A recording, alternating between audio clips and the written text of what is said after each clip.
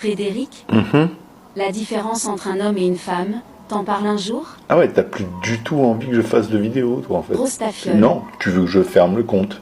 Non, mais je vais fermer le compte. Aziz Light! Première chose qui nous vient à l'idée, généralement, c'est une dimension. Avec un côté homme, un côté femme. Et au milieu, une frontière qui n'existe pas, en fait. C'est juste qu'un homme, c'est pas une femme, et une femme, c'est pas un homme. Enfin, si on lit un peu de Beauvoir, elle nous propose que on ne naît pas femme, on le devient. Donc, il y aurait là une distinction entre être une femme et vivre en tant que femme. Ce qui distingue deux dimensions. C'est-à-dire qu'il y a un côté corps et un côté culture. Le problème, c'est que chacun des deux camps peut démontrer que si on bouge le corps, alors tout disparaît, et si on bouge la culture, alors tout disparaît. De sorte que chacun peut arriver à la conclusion que c'est une variable unique qui maîtrise la totalité de l'être. Mais c'est faux, comme l'aire d'une surface au carré. La difficulté de distinction, elle n'est pas récente, mais le grand problème, c'est qu'elle est difficile à faire, tout simplement parce que si on veut être vraiment pointu, on se ressemble beaucoup. Les hommes et les femmes sont 80% des cas substituables. Et la plus grande différence va se faire aux extrémités, de sorte que les traits de caractère dits masculins sont ceux qui vont se retrouver justement dans ces périodes de clarté de distinction, donc extrême. Mais un corps ne se distingue pas forcément par ses actions, et ce depuis Socrate.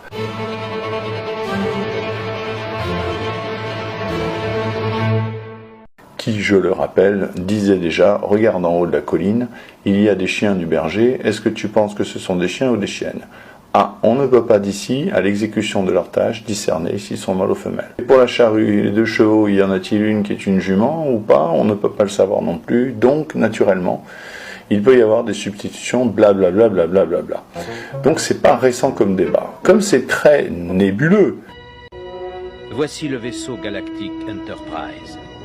il y a certaines choses qui sont complètement arbitraires. Je donnais comme exemple durant mon live qu'on pouvait distinguer à partir d'une ligne centrale positionnée en fonction de notre point de vue existant, puisqu'on n'a pas trop le choix en observant le ciel, et distinguer une zone gauchale et une zone droitale. Bien évidemment, il y a toujours une zone de flou. Donc ça, ce serait des caractéristiques qu'on donnerait pour décrire des étoiles, mais elles n'appartiendraient absolument pas aux étoiles, elles appartiendraient à notre choix de distinction. Or, comme le disait Galilée,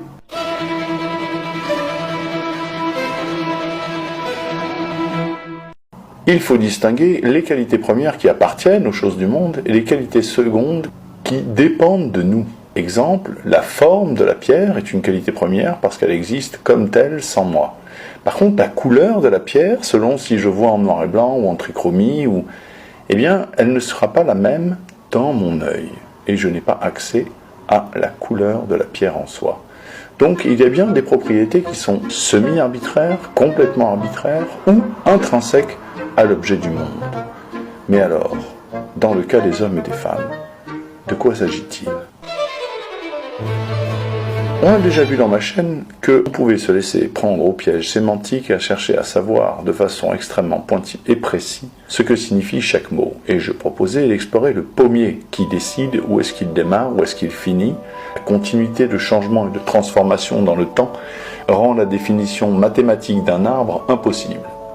En d'autres termes, le temps que je le peigne exactement tel qu'il est, alors l'arbre aura poussé et ne sera plus tel que je l'ai peint. L'impossibilité de saisir le sujet en transformation. Cependant, lorsque l'on a vu Ramanujan et que l'on ne se laisse plus prendre dans les réflexions à l'infini, mais au contraire on regarde de l'autre côté de l'équation, on se rend compte qu'on ne sait pas ce qu'est un pommier, certes, mais on est capable de le distinguer du cerisier, sans savoir pourtant ce qu'est un cerisier. À l'instar de Frege cherchant à démontrer les fondements des mathématiques, défoncé par Cantor et qu'il a fallu attendre Poincaré pour annoncer que les mathématiques fonctionnent sans fondement, eh bien nous allons constater qu'il existe une différence entre l'homme et la femme en l'absence de définition des deux.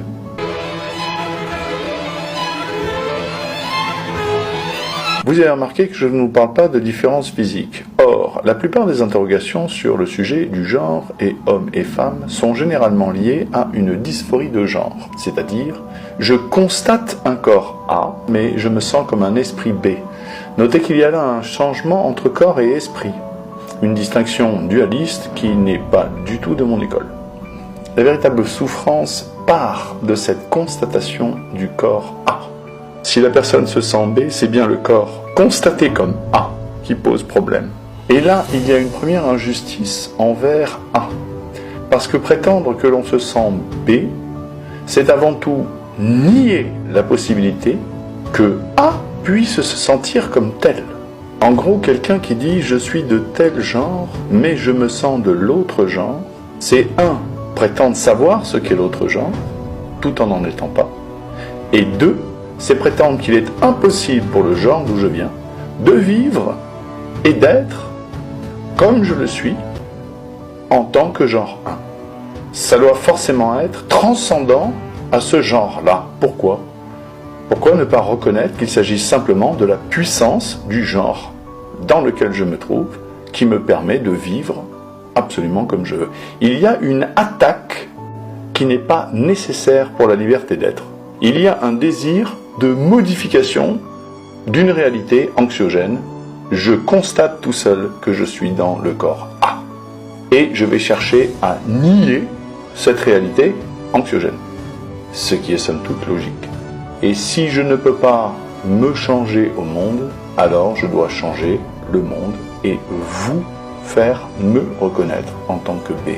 Ce qui n'est pas la solution, c'est arroser la plante à côté du pot. L'interrogation la plus intéressante, c'est pourquoi castrer le genre ? Pourquoi lui interdire la possibilité de vivre tout ce spectre-là au sein de lui-même ? C'est extrêmement limitatif, je trouve.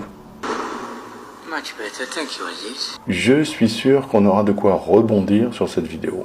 Je ne sais pas pourquoi, petit feeling. Are you ready? Are you ready to play the game? Are you ready? Okay. Are you ready to play the game?